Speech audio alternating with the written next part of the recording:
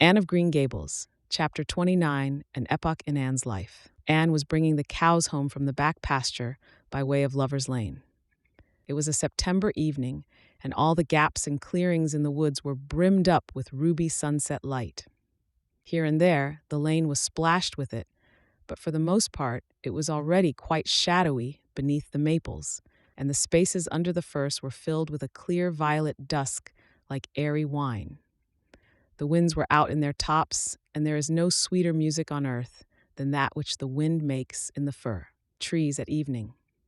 The cows swung placidly down the lane, and Anne followed them dreamily, repeating aloud the battle canto from Marmion, which had also been part of their English course the preceding winter, and which Miss Stacy had made them learn off by heart, and exulting in its rushing lines and the clash of spears in its imagery.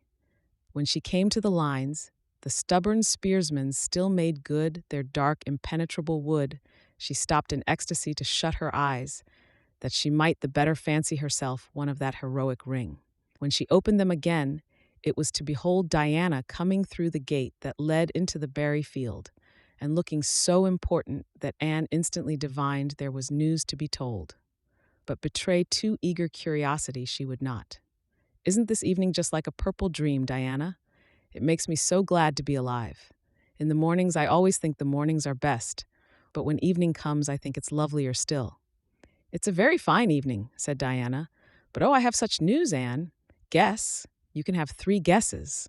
Charlotte Gillis is going to be married in the church after all, and Mrs. Allen wants us to decorate it," cried Anne. "No, Charlotte's beau won't agree to that, because nobody ever has been married in the church yet, and he thinks it would seem too much like a funeral. It's too mean, because it would be such fun. Guess again. Jane's mother is going to let her have a birthday party?" Diana shook her head, her black eyes dancing with merriment. "I can't think what it can be," said Anne in despair, "unless it's that moody Spurgeon Macpherson saw you home from prayer meeting last night. Did he?" "I should think not," exclaimed Diana indignantly. "I wouldn't be likely to boast of it if he did, the horrid creature. I knew you couldn't guess it. Mother had a letter from Aunt Josephine today, and Aunt Josephine wants you and me to go to town next Tuesday and stop with her for the exhibition. There." "Oh, Diana," whispered Anne, finding it necessary to lean up against a maple tree for support.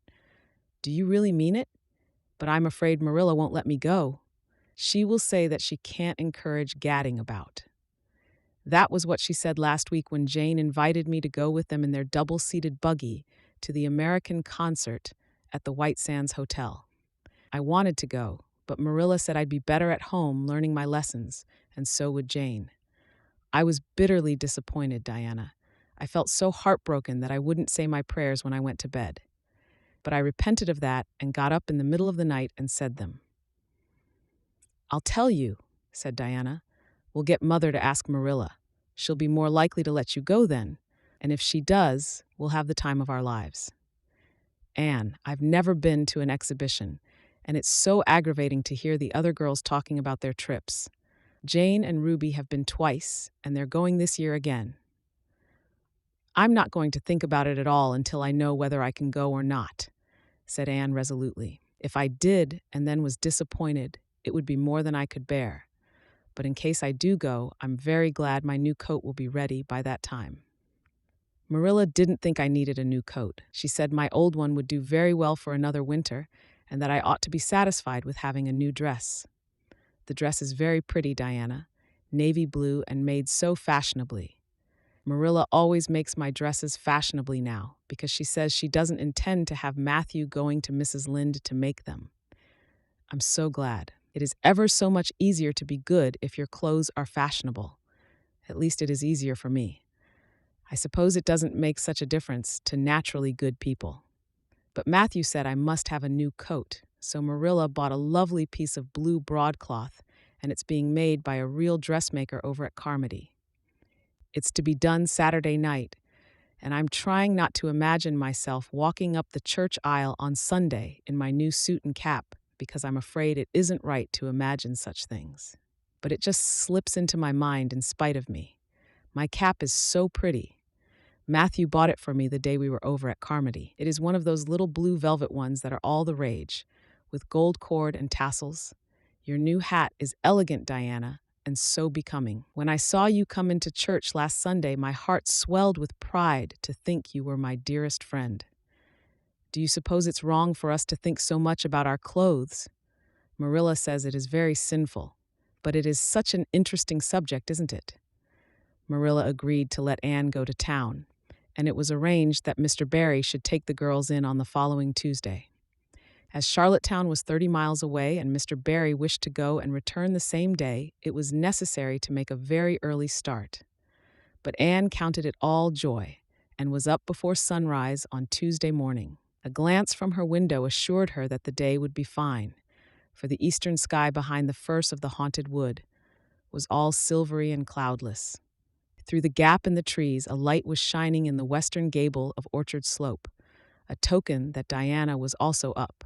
Anne was dressed by the time Matthew had the fire on and had the breakfast ready when Marilla came down, but for her own part was much too excited to eat.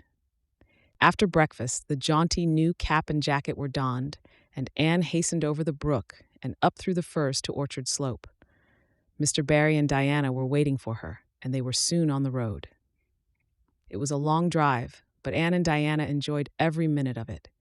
It was delightful to rattle along over the moist roads in the early red sunlight that was creeping across the shorn harvest fields. The air was fresh and crisp, and little smoke-blue mists curled through the valleys and floated off from the hills. Sometimes the road went through woods where maples were beginning to hang out scarlet banners. Sometimes it crossed rivers on bridges that made Anne's flesh cringe with the old, half-delightful fear.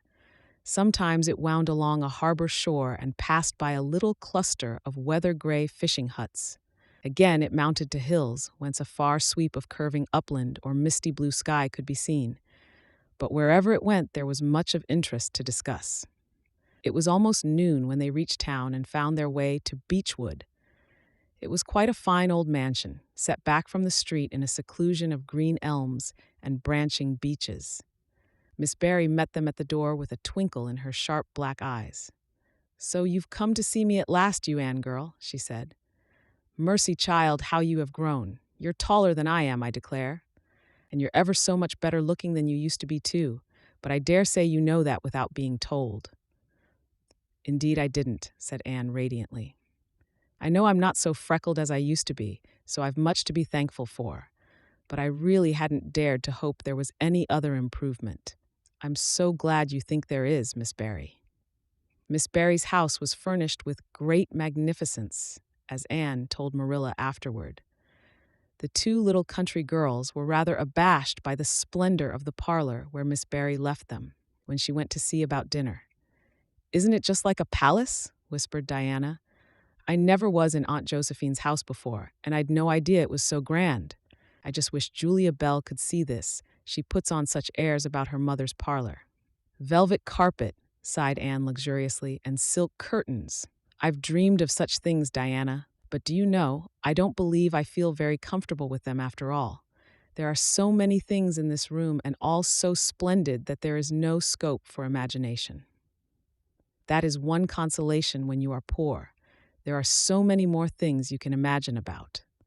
Their sojourn in town was something that Anne and Diana dated from for years. From first to last, it was crowded with delights.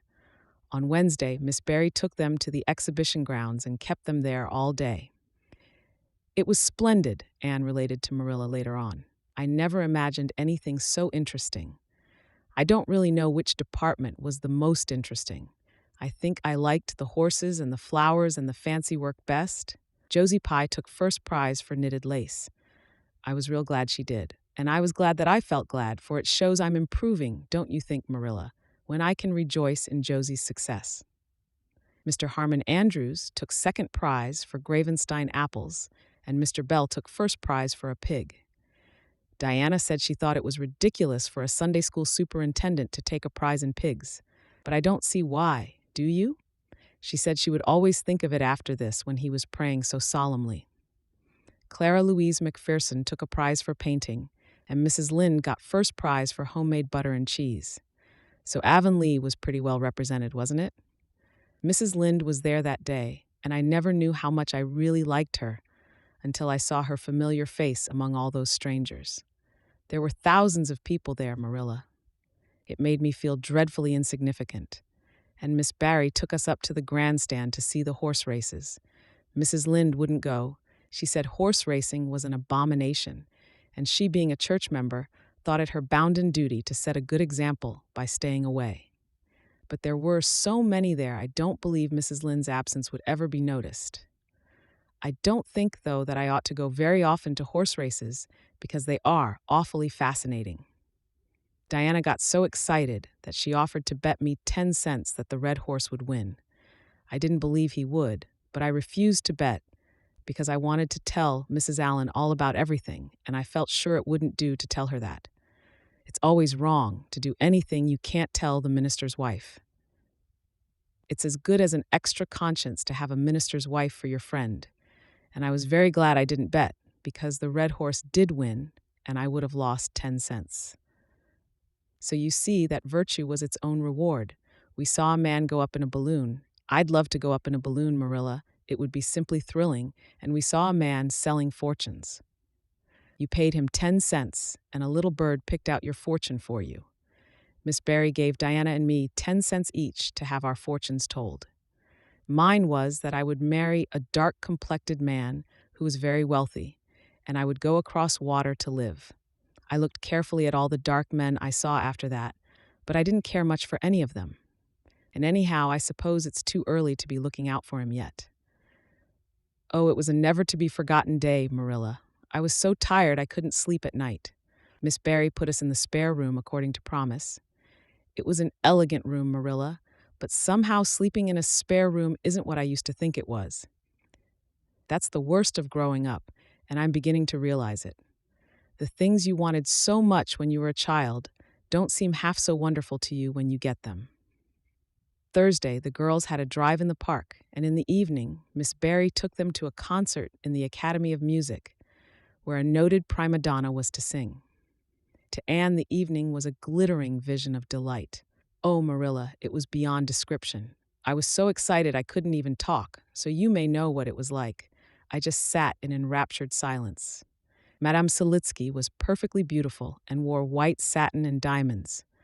But when she began to sing, I never thought about anything else. Oh, I can't tell you how I felt. But it seemed to me that it could never be hard to be good anymore. I felt like I do when I look up to the stars. Tears came into my eyes. But oh, they were such happy tears. I was so sorry when it was all over, and I told Miss Barry I didn't see how I was ever to return to common life again. She said she thought if we went over to the restaurant across the street and had an ice cream, it might help me. That sounded so prosaic, but to my surprise, I found it true. The ice cream was delicious, Marilla, and it was so lovely and dissipated to be sitting there eating it at 11 o'clock at night. Diana said she believed she was born for city life. Miss Barry asked me what my opinion was, but I said I would have to think it over very seriously before I could tell her what I really thought. So I thought it over after I went to bed. That is the best time to think things out. And I came to the conclusion, Marilla, that I wasn't born for city life and that I was glad of it. It's nice to be eating ice cream at brilliant restaurants at 11 o'clock at night once in a while. But as a regular thing, I'd rather be in the East Gable at 11, sound asleep, but kind of knowing, even in my sleep, that the stars were shining outside and that the wind was blowing in the firs across the brook. I told Miss Barry so at breakfast the next morning, and she laughed. Miss Barry generally laughed at anything I said, even when I said the most solemn things. I don't think I liked it, Marilla, because I wasn't trying to be funny, but she is a most hospitable lady and treated us royally. Friday brought going home time, and Mr. Barry drove in for the girls.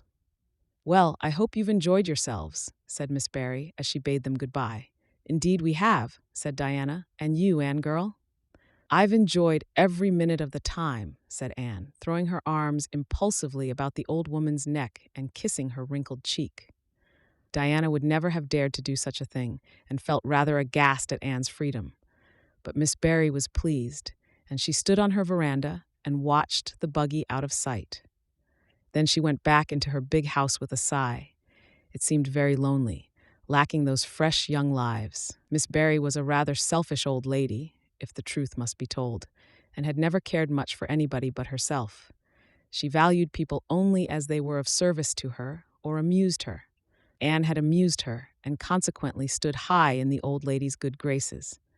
But Miss Barry found herself thinking less about Anne's quaint speeches than of her fresh enthusiasms, her transparent emotions, her little winning ways, and the sweetness of her eyes and lips. "I thought Marilla Cuthbert was an old fool when I heard she'd adopted a girl out of an orphan asylum," she said to herself. "But I guess she didn't make much of a mistake after all. If I'd a child like Anne in the house all the time, I'd be a better and happier woman." Anne and Diana found the drive home as pleasant as the drive in, pleasanter indeed, since there was the delightful consciousness of home waiting at the end of it. It was sunset when they passed through White Sands and turned into the shore road.